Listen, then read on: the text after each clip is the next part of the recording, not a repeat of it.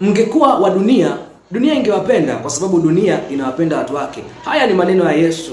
Yesu alisema kwamba tukiwa wa dunia, dunia itatupenda kwa sababu dunia inawapenda watu wake. Kwa hiyo nataka nikwambie kwamba kama wewe ni nuru, Mungu ameweka kusudi lake ndani yako na unaanza kutembea kwenye kusudi.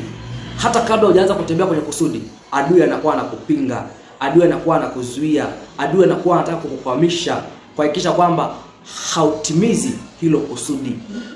Hautimizi hilo kusudi. Ndio maana unaweza kuona kwamba sehemu nyingi ambazo unakuepo unapigwa vita. Hata kama hujakosea, hata kama hujatenda ubaya, unapigwa vita. Unaweza kukosea watu, wanaweza kufanya watu mabaya, lakini unakuta wanaweza wakalindwa. Lakini wewe ambaye hata hujakosea ndio ambaye unaumizwa, ndio ambaye unaumizwa. Unaweza ukajikuta kwamba unatengwa, unakataliwa, unadharauliwa, unafanywa ubaya, unakuwa mistreated ili mradi tu uchanganyikiwe, akili yako isitulie, usiweze kutambua kusudi na usiweze kujua unatakiwa ufanye nini na usiweze kujua thamani yako pia ni ipi. Bwana Yesu asifiwe sana.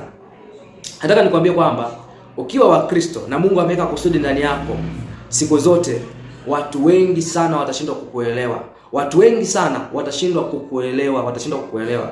Si kwa sababu hao watu ni wabaya, si kwa sababu hao watu hawafai, hapana. Ni kwa sababu adui hataki hao watu wakusaidie kufulfill destiny yako. Adui ndiye ambaye anakuwa anatumia hao watu. Kwa ndio maana unaweza kuona kwamba kuna mtu anajuta kwa nini anakuchukia au alikuchukia.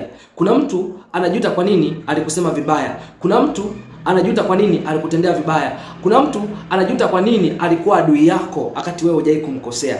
Kuna watu wanakuchukia, wanakupinga, wanakuka kama adui wakati hujai kumtukana, hujai kumdharau, hujai kumkosea, umemheshimu, unampenda, lakini bado anakuchukia na anakufanya adui. Yeye mwenyewe hajui kwa nini anafanya hivyo. Ni kwa sababu gani? Kwa sababu adui yako wewe sio huyo mtu. Adui yako wewe ni shetani ambaye anapinga kusudi la Mungu ambalo liko ndani yako. Kwa hiyo kuna watu ukiwachukia kwa sababu wanakupinga, kwa sababu wanakuchukia, kwa sababu wanakutenga, kwa sababu wanakusema vibaya, kwa sababu wanakudharau, unakuwa unawaonea hao watu kwa sababu hawajui walitendalo. Ndio maana hata wao wenyewe pia kuna muda wanajuta kwa nini tumefanya hivi. Kuna muda hawaelewi, wanajuta, wanajiuliza kwa nini. Na wakati mwingine pia hata wanalia kwa sababu haelewi kwa nini amefanya kitu kama hicho kwa mtu ambaye hakupaswa kumtendea hivyo. Ni kwa sababu adui yako wewe ni shetani. Ngoja nikwambie kitu. Kwa hiyo ukishatambua kwamba adui yako ni shetani, maana yake unajua kabisa kwamba adui yako atakuwepo kila mahali na kila eneo.